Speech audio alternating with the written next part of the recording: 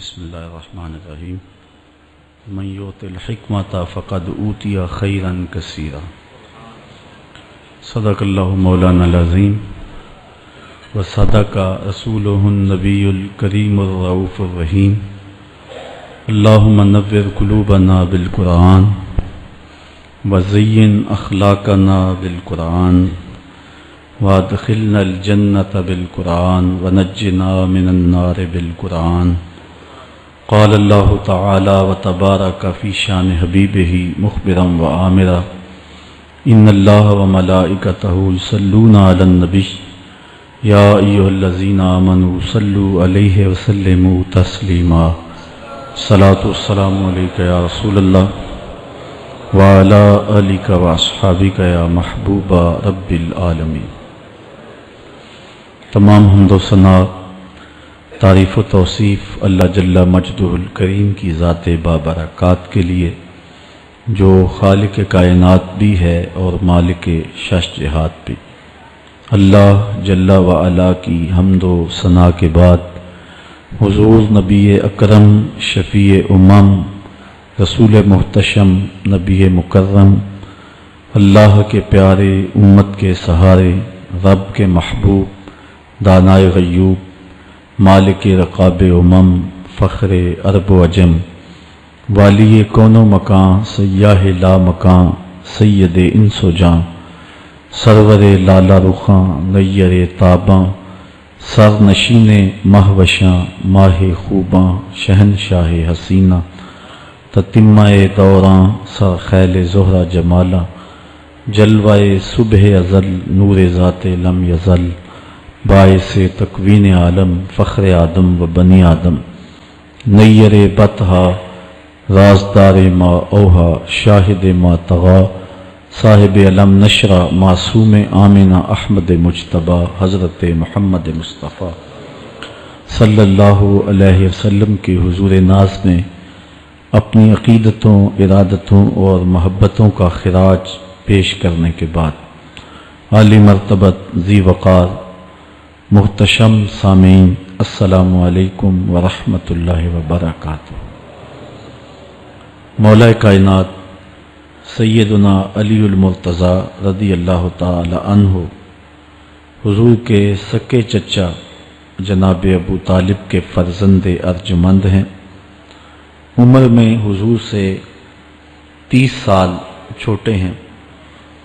اللہ تعالیٰ نے حضور علیہ السلام کو جب اعلان نبوت کا ارشاد کیا تو جن خوش نصیب لوگوں نے سب سے پہلے اسلام قبول کیا ان میں نمایاں نام حضرت مولا کائنات سیدنا علی المرتضیٰ کا ہے۔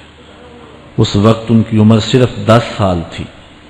بچوں میں سب سے پہلے اسلام قبول کرنے کا شرف انہیں نصیب ہوا۔ آقا کریم علیہ السلام کے چچا زاد بھائی تھے، لیکن ایک موقع پہ حضور نے ان کو ارشاد کیا انت اخی فی الدنیا والآخرہ، اے علی تو میرا دنیا میں بھی بھائی ہے اور آخرت میں بھی بھائی ہے۔ حضرت مولا کائنات کو حضور علیہ السلام نے مختلف جنگوں میں شرکت کا اعزاز بخشا۔ غزوہ تبوک کے موقع پہ آقا کریم نے ان کو مدینہ المنورہ میں پیچھے بطور امیر چھوڑا تو انہوں نے عرض کی حضور آپ اپنے بھائی کو بچوں اور عورتوں میں چھوڑ کے جا رہے ہیں، تو حضور نے ارشاد فرمایا کہ تیری مثال ایسے ہے جس طرح حضرت موسیٰ علیہ السلام کے ساتھ حضرت ہارون علیہ السلام کی مثال۔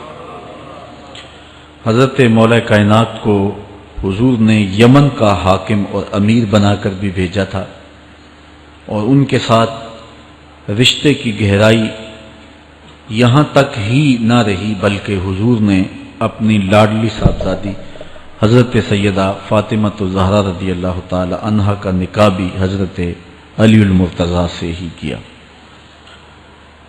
ہجرت کی رات اپنے بستر پہ انہیں لٹایا۔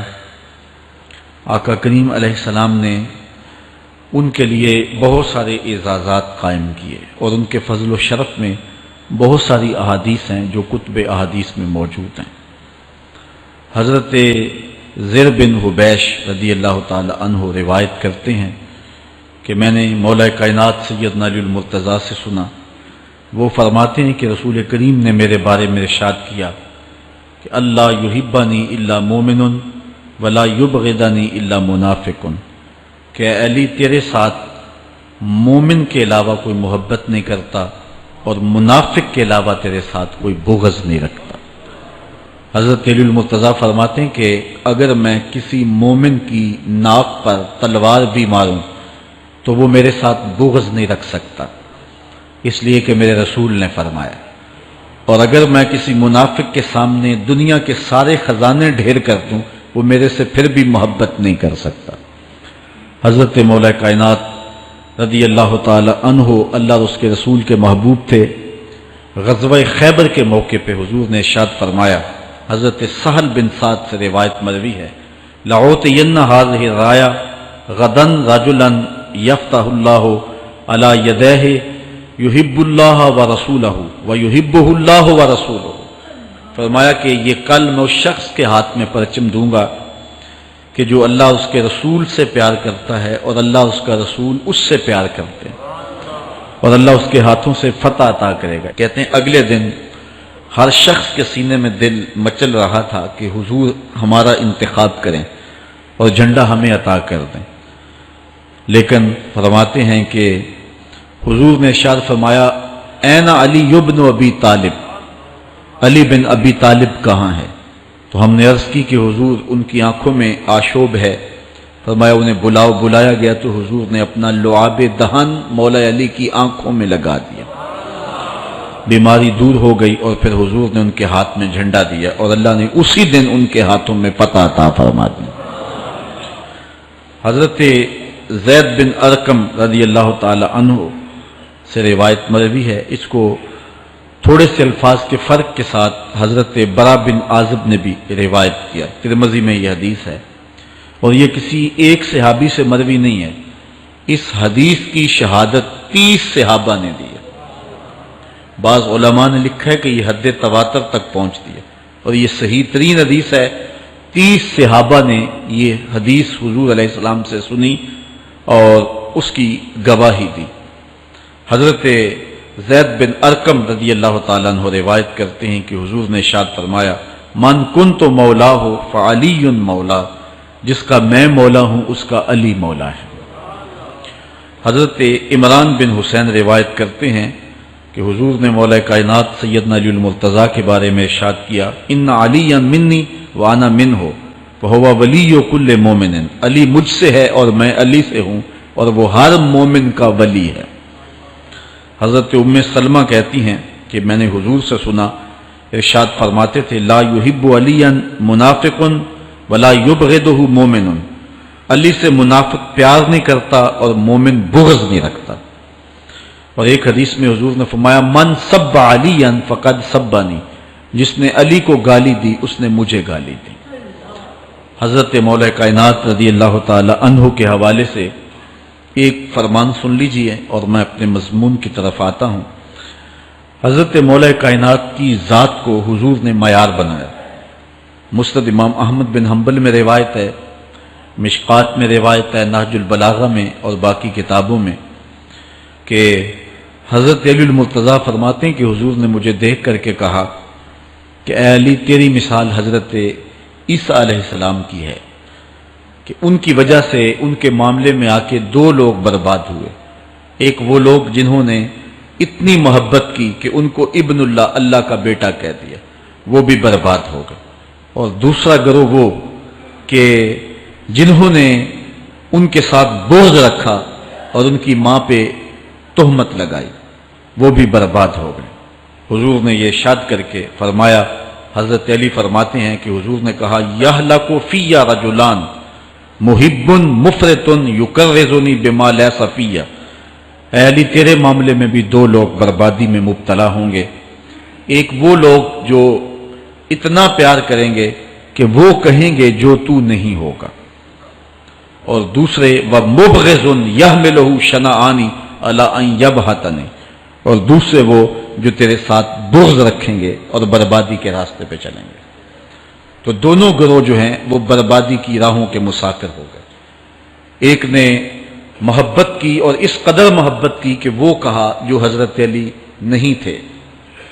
حضرت مولا کائنات کے زمانے میں کچھ لوگ آپ کی دہلیز پہ آئے اور کہا یا علی انت ربنا انت خالقنا انت الہنا، اے علی تم ہمارے رب ہو، تم ہمارے خالق ہو، تم ہمارے معبود ہو۔ حضرت علی المرتضیٰ نے فرمایا کہ استغفر اللہ، اللہ تعالیٰ جل شانہ ہی خالق ہے اور وہی مالک ہے اور وہی معبود برحق ہے۔ انہوں نے پھر یہ بات کہی تو جب تیسری مرتبہ کہا تو حضرت علی نے ان کی گردنیں کاٹ دیں۔ تو یہ آج بھی لوگ موجود ہیں ہمارے ملک میں، ہمارے ضلع میں لوگ ہیں جو علی اللہ کا نعرہ لگاتے ہیں، اور یہ بدترین لوگ ہیں اور معاشرے کی تل چھٹ ہیں، اور یہ محبت میں گمراہ ہو گئے اور انہوں نے حضرت علی المرتضیٰ کو خدا اور الہ کہہ دیا۔ دوسرا طبقہ ہے جو حضرت علی المرتضیٰ کو الہ اور خدا تو نہیں کہتا، لیکن انہیں نبیوں سے افضل مانتا ہے۔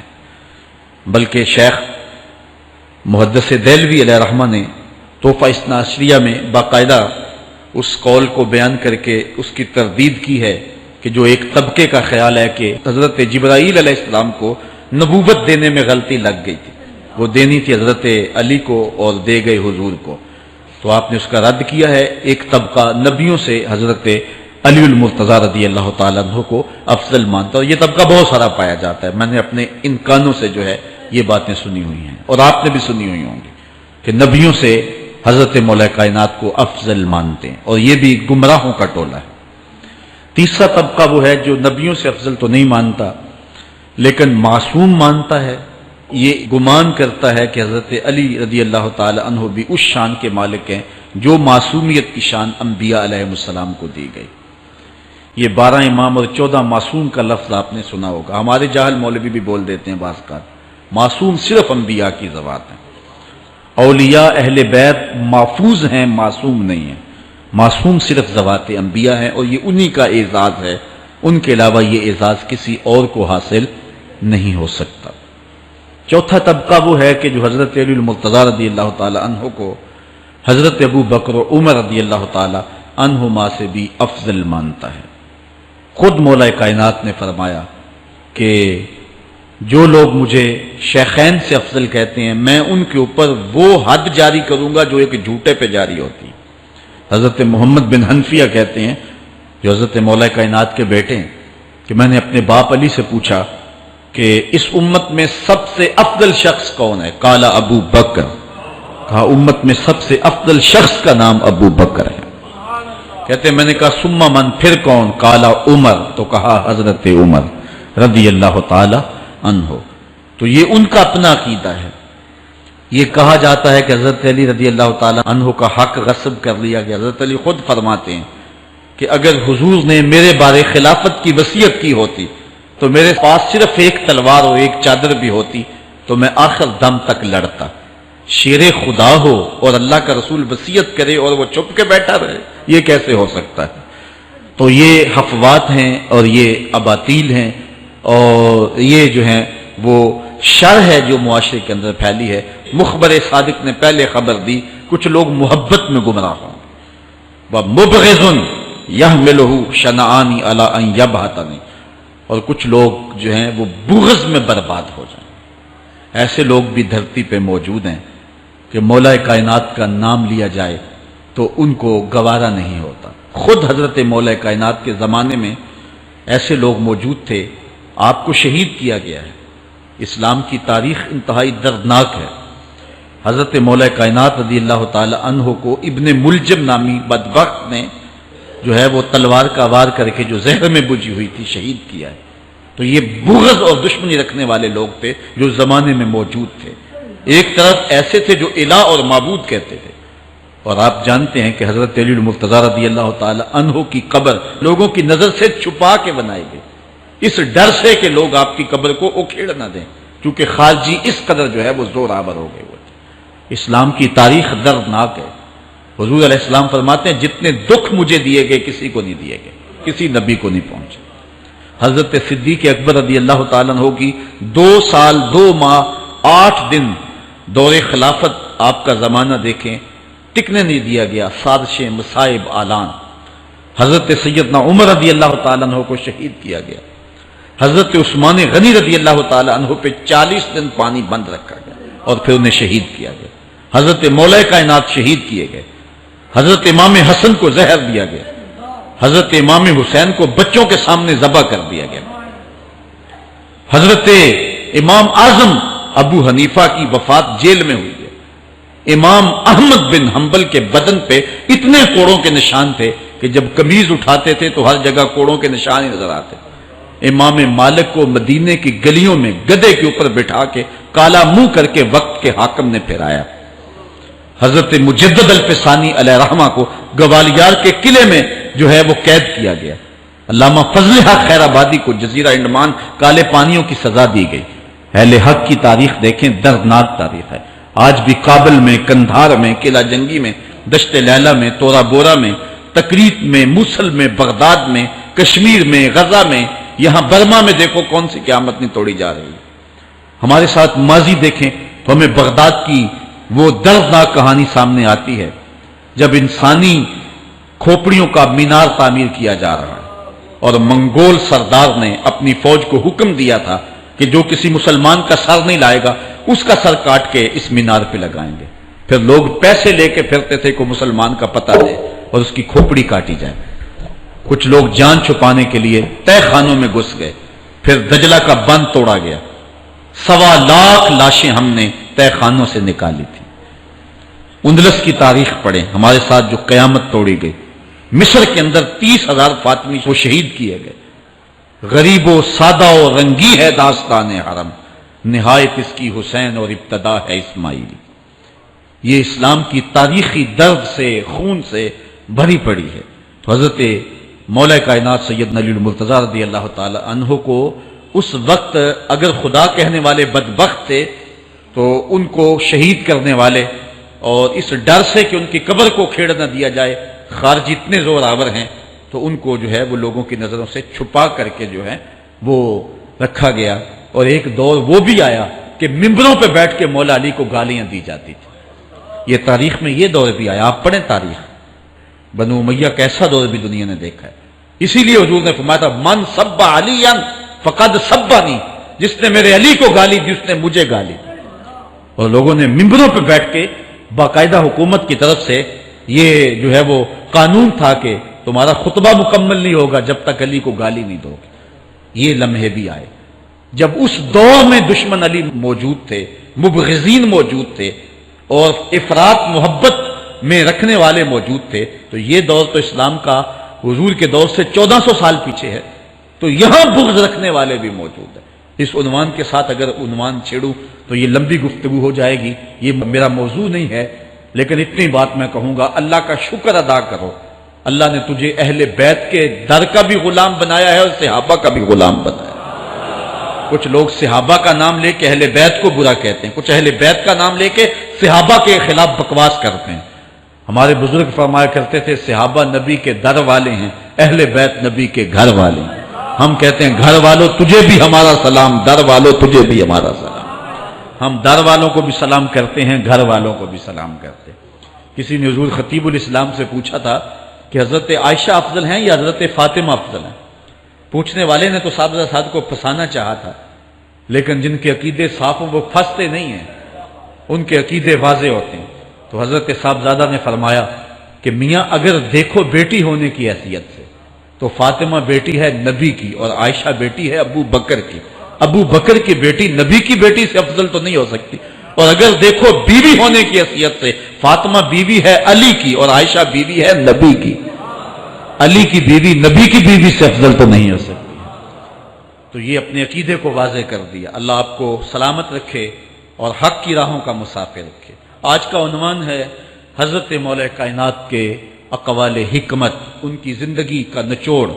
اللہ نے بصیرت کا جو نور اور جو ہے وہ دانش اور فہم و ادراک کے جو اجالے مولا کائنات کو دیے تھے وہ انہی کا مقصود ہے۔ ایک ایک بات سے نور نکلتا ہے، اور اللہ قرآن میں فرماتا ہے جس کو حکمت عطا کر دی گئی اس کو خیر کثیر عطا کر دیا گیا۔ حکمت وہ اس بات کو کہتے ہیں کہ جس کو لوگ نقل کریں اور جس سے فائدہ حاصل ہو۔ حضرت مولا کائنات کی باتوں کو لوگوں نے لکھا، یاد کیا اور آگے منتقل کیا۔ آج سارا دن اور گزشتہ شب حضرت مولا کائنات کے بہت سارے فرامین کو پڑھا ہے، سینکڑوں کے اعتبار سے مختلف کتب سے کھنگالا ہے، اور جس طرح وہ ایک مکھی شہد نچوڑتی ہے کہ ایک ایک پھول پہ بیٹھ کر کے رس تیار کرتی ہے، ایک شہد آپ کے لیے تیار کیا ہے اور آج کی مجلس میں آپ کی نظر کرنا چاہ رہا ہوں۔ اور دیکھیے کہ مولا کائنات حکمت کے کیسے دروازے ہیں، اسی لیے حضور نے فرمایا آنا دار الحکمت و علی بابها، آنا مدینۃ العلم و علی بابها، میں حکمت کا گھر ہوں، علی دروازہ ہے، میں حکمت کا شہر ہوں، علی اس کا دروازہ ہے۔ تو شریف لوگ شہر میں دروازے کے راستے ہی جایا کرتے ہیں، دیواریں پھلانگ کر کے جانا شریف لوگوں کا شیوا نہیں ہوتا ہے۔ علم کی خیرات لینی ہے تو مولا علی کی دہلیز پہ آنا ہوگا۔ حضرت مولا کائنات فرماتے ہیں میں نے اپنے ارادوں کی شکست سے اپنے رب کو پہچانا ہے، جو میں منصوبہ بندی کرتا ہوں نتیجہ یہ نکلے گا، میرا خیال ہوتا ہے یہ ہوگا، لیکن ایسا نہیں ہوتا، ہوتا وہ ہے جو رب کو منظور ہوتا۔ اس لیے میں اپنے ارادوں کی شکست سے اپنے رب کو پہچانا ہے۔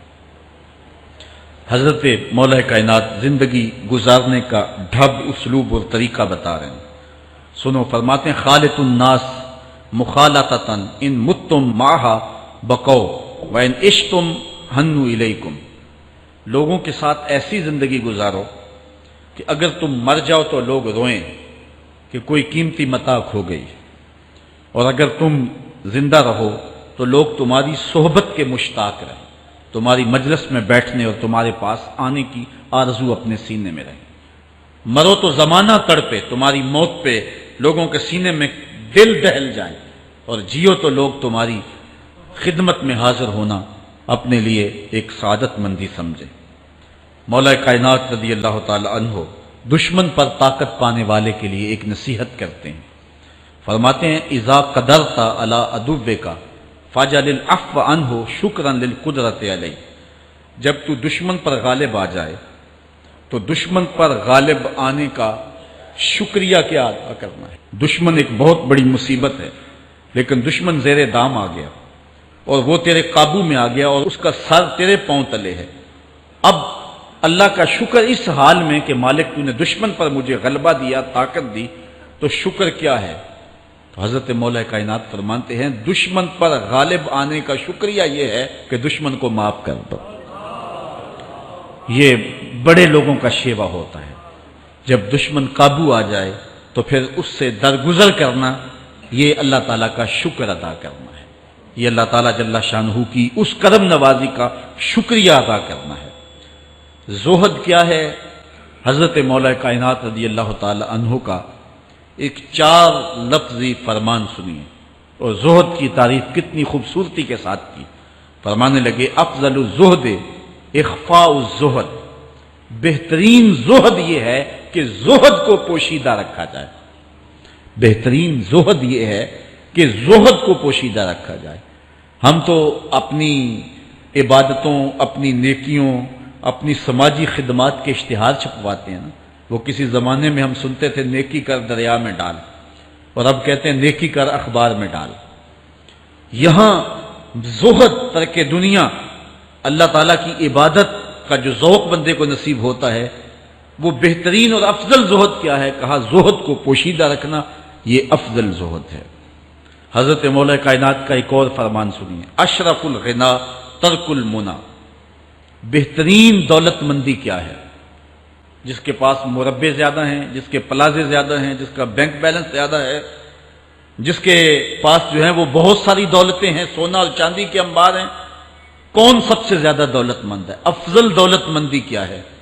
تو حضرت مولا کائنات فرماتے ہیں کہ افضل دولت مندی یہ ہے کہ آرزویں ترک کر دی جائیں، ورنہ کھرب پتی بھی بندہ ہوگا تو اس کو چین نہیں آئے گا، قرار نہیں آئے گا، حل من مزید اس کی تباہ میں ہوگا۔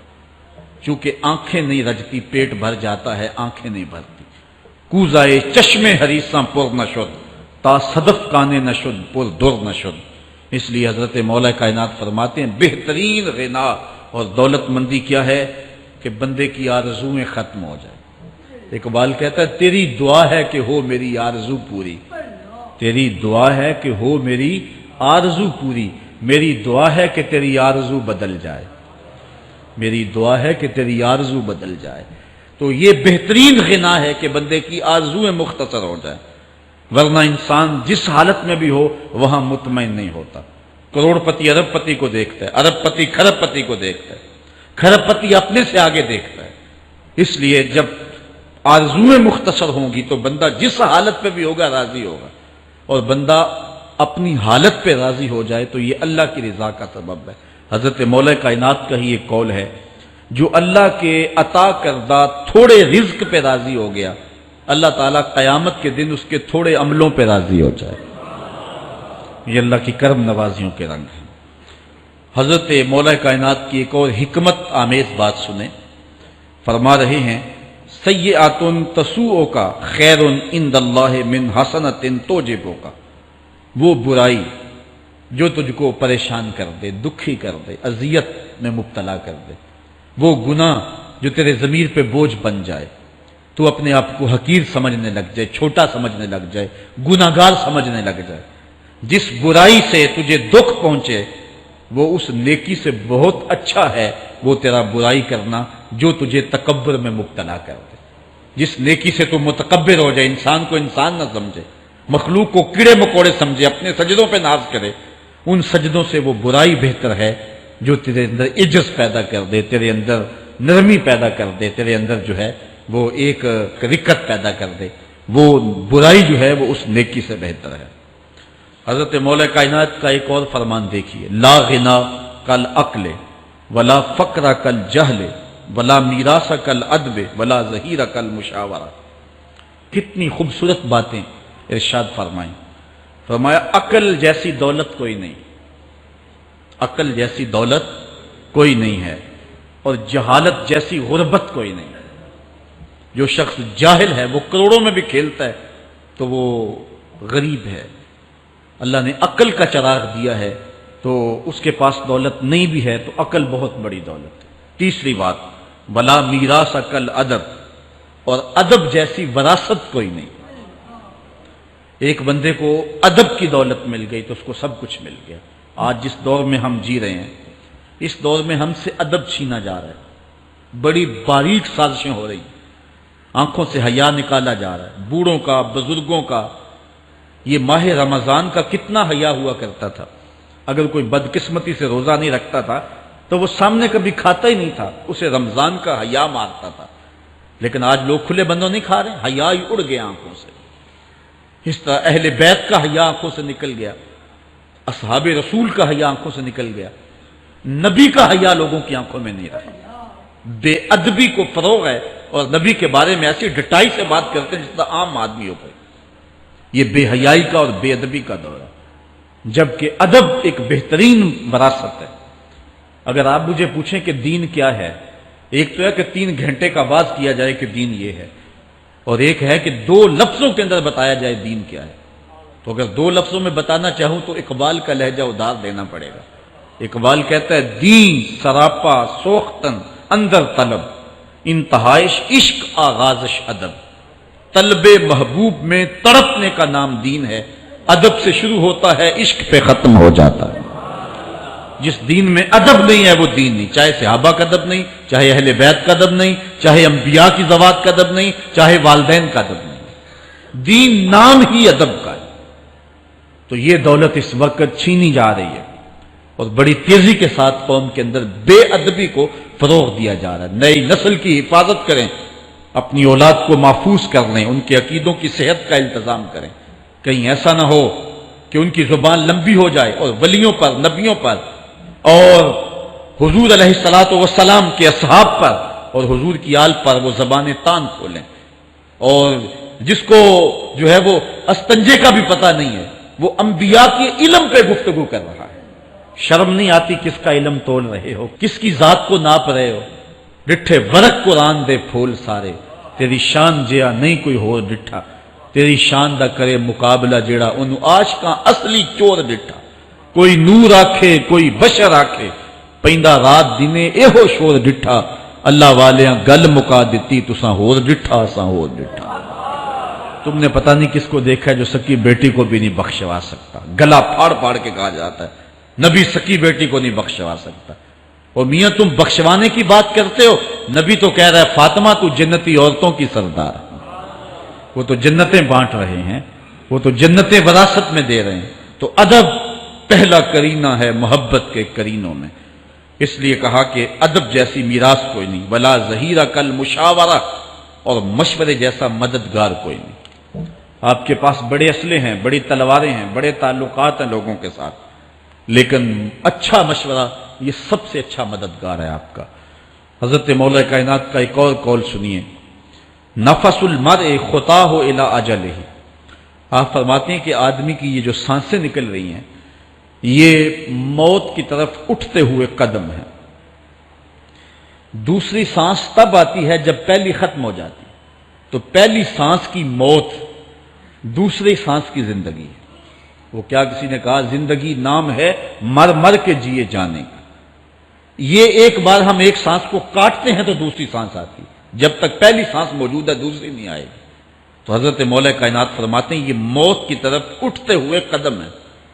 آپ رکے ہوں اشارے پہ تو ہمارے یہ پنڈی بائی پاس پہ جو اشارے لگے ہیں یہ 125 سے بھی چلتے ہیں، 125 سے پیچھے آ رہے ہیں، 20 سے 25 سے 50 سے 100 سے 125 سے پیچھے آ رہے ہیں۔ حضرت مولا کائنات فرماتے ہیں جو چیز شمار کی جاتی ہو وہ بالآخر ختم ہو جاتی ہے، تو گنتی جب الٹی چلتی ہے تو بہت جلد کام زیرو پہ آ جاتا ہے، اور زیرو پہ پہنچنا ہی موت ہے۔ تو زندگی کی یہ سانسیں یہ الٹی چل رہی ہیں، اور میں اور آپ لمحہ لمحہ موت کے قریب ہو رہے ہیں۔ ہم جو ہے وہ اپنی زندگی کی سالگرہ منا رہے ہیں، ہم کہتے ہیں کہ ہم اتنے بڑے ہو گئے، میاں بڑے نہیں ہوئے، چھوٹے ہو گئے، موت بالکل قریب آ گئی ہے۔ اللہ اکبر۔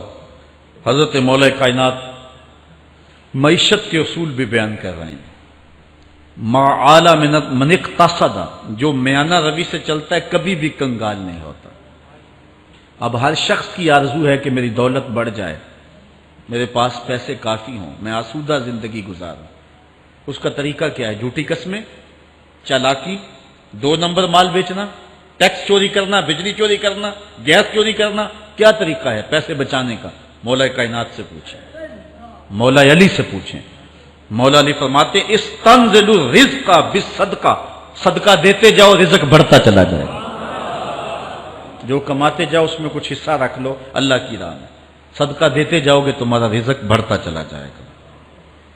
اچھا حضرت مولا کائنات کا ایک اور قول دیکھیے اور اس کا حسن دیکھیے، من ظن بک خیرا فصدق ظنہ، جو تیرے بارے میں اچھا گمان کرے تو اس کے گمان کو سچائی کر دے۔ تو وہ نہیں ہے جو کوئی تیرے بارے میں گمان کر رہا ہے، لوگ تجھے اچھا سمجھتے ہیں، تو اچھا نہیں ہے، تو اچھا بن جا تاکہ لوگوں کا گمان ٹھیک ہو جائے۔ اعلی حضرت عظیم البرکت امام احمد رضا خان فاضل بریلوی علیہ رحمہ، آپ کے بارے میں لوگوں کا گمان تھا کہ حافظ قرآن ہیں، آپ حافظ نہیں تھے، تو آپ کے بارے میں یہ گمان پیدا ہو گیا کہ یہ حافظ ہیں۔ تو رمضان کا موسم آیا تو کسی نے کہا حضرت اس مرتبہ آپ ہی سنا دیں، تو اعلیٰ حضرت نے سوچا یہ میرے بارے میں اچھا گمان کرتے ہیں، چلو حافظ بانی جاتے ہیں۔ اعلیٰ حضرت نے قرآن 1 مہینے میں حفظ کیا ہے، دن کو پڑھتے تھے، شام کو سنا دیتے تھے کہ جو لوگوں کا گمان ہے میں اس کے مطابق ہی ہو جاؤں۔ اچھا گمان کی کہانی سنیے، صحیح حدیث میں آتا ہے اور حدیث قدسی ہے، رب کہتا ہے میرا بندہ میرے بارے جو گمان کرتا ہے میں ایسے ہی ملوں گا۔ اس لیے اپنے رب کے بارے میں اچھا گمان کرنا چاہیے کہ ہمارا رب ہمیں معاف کر دے گا اور ہمارے گناہوں سے درگزر فرمائے گا۔ حضرت مولا کائنات کا ایک اور حکمت آمیز جملہ سماعت کیجئے، من عظم صغار المصائب ابتلاہ اللہ بکبارہا، چھوٹی سی مصیبت آ جائے جو بندہ واویلا شروع کر دے، مصیبت آ گئی، چھوٹی سی بیماری آئے تو شور کرے، چھوٹی سی مصیبت آئے تو شور کرے، اللہ اس کو پھر بڑی مصیبت میں مبتلا کر دیتا۔ جہاں ضرورت نہیں ہے وہاں اظہار کی کیا ضرورت؟ بیماری ہے تو ڈاکٹر کو بتاؤ، بندے کو بتانے کا کیا فائدہ ہے؟ ہمارے ایک دوست ہیں کہ وہ کہتے ہیں کہ پہلے اگر کسی سے پوچھتے تھے نا کہ کیا حال ہے تو وہ کہتا تھا شکر ہے، اور آج کسی سے پوچھے تو وہ کہتا ہے شوگر ہے۔ یعنی اللہ تعالیٰ جل شانہ نے اگر تمہیں کسی ابتلا میں مبتلا کر دیا ہے تو اس کا شور، اس کا واویلا نہ کرو۔ جو چھوٹی مصیبت پر واویلا کرے گا اللہ پھر اس کو بڑی مصیبت میں مبتلا کر دے گا۔ حضرت مولا کائنات کا ایک اور حکمت آمیز جملہ سماعت کیجیے۔ آپ فرماتے ہیں زندگی گزارنے کا گر اور طریقہ، فرماتے ہیں عزم الخالق عندک یصغر المخلوق فی عینک، اگر تیری نظر میں خالق بڑا ہوگا تو پھر مخلوق چھوٹی ہو جائے گی۔ اگر اللہ کی عظمت کا تجھے لحاظ ہے کہ وہ بہت عظیم ہے تو پھر مخلوق کی پرواہ نہیں ہوگی۔ حضرت مولا کائنات رضی اللہ تعالیٰ عنہ فرماتے ہیں کہ ایک باندی کے ہاتھ کے اندر خنزیر کی انتڑیاں ہوں، میں دنیا کو اتنی نظر سے بھی نہیں دیکھتا۔ تو یہ انسان اللہ کی عظمتوں کا اور اللہ کی شانوں کا جب لحاظ اسے ہوتا ہے تو پھر دنیا اس کی نظر میں جو ہے وہ کوئی قدر و قیمت نہیں رکھتی۔ ایک روایت میں آتا ہے جس کو اللہ نے قرآن دیا اور اس نے دنیا داروں کو دیکھا رشک کی نظر سے کہ ان کو دولت دی گئی، ان کو فلاں دیا گیا، میں تو بہت پیچھے رہ گیا۔ قد حقر ما آتاہ اللہ، اس نے اللہ کی عطا کو حقیر جانا۔ وہ میاں انہیں دولت دی گئی ہے، رب نے تجھے اپنا قرآن عطا کیا، تو پھر جو ہے وہ تو حقیر تو نہیں ہے، تجھے تو اعلیٰ چیز عطا کر دی گئی ہے۔ تو جس نے اللہ کی عظمت اور خالق کی عظمت کا اقرار کیا پھر مخلوق اس کی نظر میں کوئی حیثیت نہیں رکھتی ہے۔ کن فی الفتنۃ کابن اللبون لا زہر فیرکب ولا درع فیحلب، جب فتنے دنیا پہ پھیل جائیں تو مولا کائنات نصیحت کرتے ہیں پھر زندگی کیسے گزارنی۔ یہ دور بھی فتنوں کا دور ہے۔ حضرت مولا کائنات فرماتے ہیں جب فتنے معاشرے میں پھیل جائیں تو پھر اونٹ کے 2 سالہ بچے کی طرح ہو جا کہ اگر لوگ اس پہ سواری کرنا چاہیں تو وہ سواری کے قابل نہ ہو، اور لوگ اگر اس کا دودھ دونا چاہیں تو وہ دودھ نہ دے، یعنی وہ فتنے کو کسی طرح سے بھی تقویت نہ دے، اس طرح کا ہو جا جس طرح اونٹنی کا 2 سال کا بچہ ہوتا ہے۔ حضرت مولا کائنات فرماتے ہیں من حاسب نفسہ رابحہ ومن غفل عنہا خاسرہ ومن خاف آمنہ ومن اعتبر ابصرہ ومن ابصر فہمہ ومن فہم عالم، فرماتے ہیں کہ جس نے اپنے نفس کا محاسبہ کیا اس نے نجات پا لی، اور جو اپنے نفس کے محاسبے سے غافل رہ گیا اس نے خسارے کا سودا کیا۔ جو اللہ سے ڈرا وہ امن پا گیا، اور جس نے زندگی سے عبرت حاصل کی اس کی آنکھوں میں روشنی آ گئی، بصیرت کا اسے نور مل گیا، اور جسے بصیرت کا نور مل گیا وہ فہم و فراست کی دولت سے مالا مال ہو گیا۔ ومن فہم عالم، اور جس کو فہم مل گیا وہی شخص عالم بن گیا۔ مختلف سیغے یاد کرنے سے عالم نہیں بنتا، فہم و فراست کا نور اگر مل جائے تو یہ ہے علم کا جمال، آخرت کی فکر رکھنے والا عالم۔ بلکہ مولا کائنات فرماتے ہیں العلم علمان مطبوع و مسموع، علم 2 علم ہے، ایک وہ ہے جو من میں راسخ ہو اور ایک وہ ہے جو کانوں تک رہتا ہو۔ فرماتے ہیں ولا ينفع المسموع اذا لم يكن المتبوع، جو سنا ہوا علم نفع نہیں دیتا جب تک وہ من میں اتر نہ جائے اور باطن کے اندر روشنی نہ کر دے۔ حضرت مولا کائنات کی ایک اور نصیحت ذرا غور سے سنیے، فرمایا تمہارے سامنے نیکوکار اور بدکار برابر نہ ہو، کہ نیک بھی جو ہے وہ اسی انداز میں ہو اور برا بھی، اس کا سلوک بھی تمہارا ایک جیسا ہی ہو۔ ایسا کرنے سے نیکوں کی ہمت پست ہو جائے گی اور خطاکار اور بھی شوخ ہو جائیں گے۔ ہر آدمی کو وہ مقام دینا چاہیے جس کا وہ اپنے عمل کے اعتبار سے مستحق ہے۔ اصل خرابی ہوئی تب ہے ہمارے آراس میں، ہماری محافل نعت میں، ہماری مجالس میں وہ لوگ مہمان خصوصی بنے جن کے پاس دولت زیادہ تھی، چاہے کردار کے لحاظ سے وہ کتنے ہی پست کیوں نہ ہو، اور جن کے پاس دولت نہیں ہے چاہے وہ کردار کے اعتبار سے جتنے مرضی بلند کیوں نہیں ہے، انہیں عزت کی مسند پہ نہیں بٹھایا گیا۔ میں نے اپنی ان آنکھوں سے گجرانوالہ کے ایک اسٹیج پہ دیکھا کہ ایک محفل نعت تھی اور ایک بوڑھا شخص سفید ریش، وہ اسٹیج پہ شوق میں کہ میں نعت خانوں کو قریب سے دیکھوں، وہ آ کے بیٹھ گیا، اور منتظمین نے جو ہے وہ سیکورٹی کو حکم دیا اس بابے کو اٹھاؤ اور اس کو جو ہے وہ نیچے کرو۔ یعنی لوگوں کی قدر و منزلت ان کے دولت کے قد کے مطابق کی جاتی۔ جو کل شراب خانے میں مہمان خصوصی تھا آج وہ محفل نعت میں مہمان خصوصی ہے۔ جو جتنا بڑا ڈاکو ہے اتنا ہی بڑا جو ہے وہ عزت پاتا ہے. کیوں؟ دین میں تو عزت ان کو ہونی چاہیے جو دیندار. ان اکرمکم عند اللہ اتقاکم، جو سب سے زیادہ متقی ہوگا اللہ کے نزدیک وہی عزت والا ہوگا.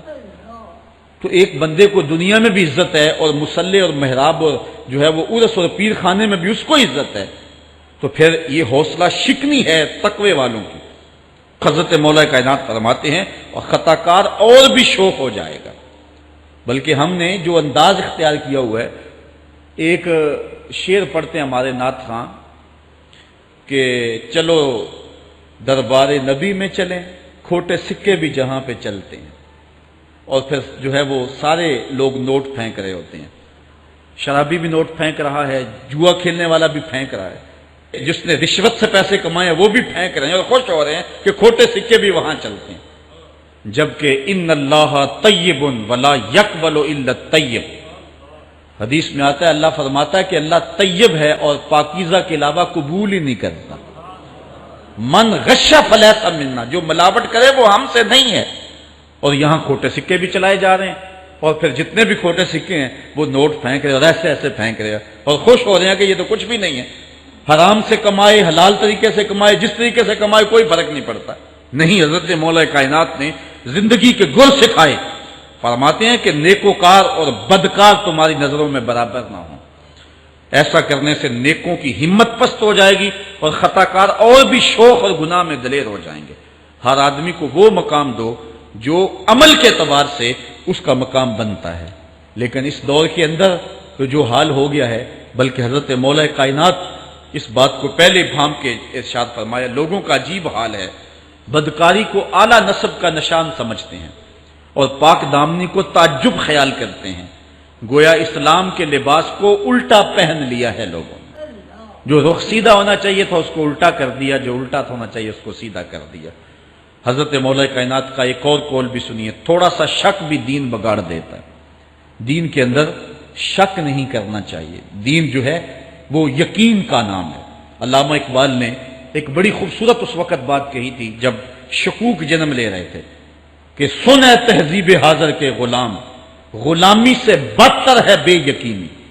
غلامی سے بدتر ہے بے یقینی. آج بے یقینی پھیلا دی گئی ہے معاشرے کے اندر اور قوم جو ہے وہ بالکل جو ہے وہ یقین کی اس دولت پہ جو ہے وہ قانے نہیں ہے. فرمایا مولا کائنات نے تھوڑا سا شک بھی دین بگاڑ دیتا ہے. اور پھر دوسرا قول بھی سنیے، تھوڑی سی دنیا بھی آخرت برباد کر دیتے. یہاں دنیا سے مراد کیا؟ دولت، کاروبار نہیں. چیز دنیا از خدا غافل بدن. مرشد اقبال رومی کہتے ہیں دنیا کیا ہے؟ خدا سے غافل ہونا. خدا سے غافل جو شے کر دے، وہ دولت ہو، وہ کاروبار ہو، وہ بیوی ہو، وہ بچے ہوں، وہ دنیا ہے. اور دنیا تھوڑی بھی ہو آخرت کی بربادی کا سبب ہے.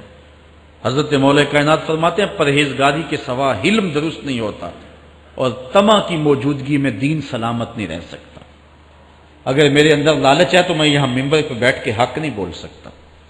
اگر میرے اندر لالچ ہے تو میں اسمبلی میں بیٹھ کے حق نہیں بول سکتا.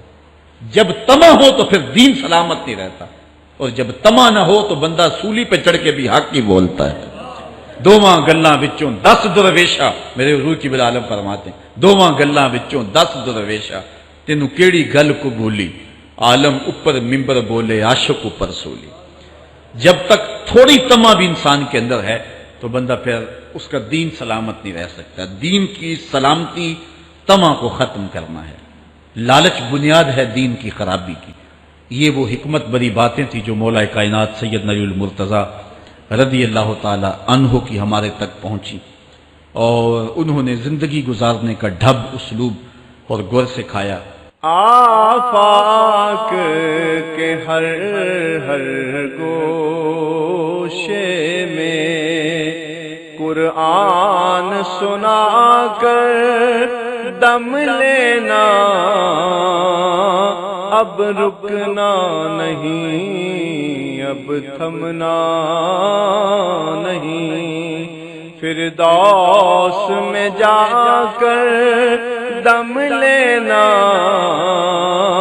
آفاق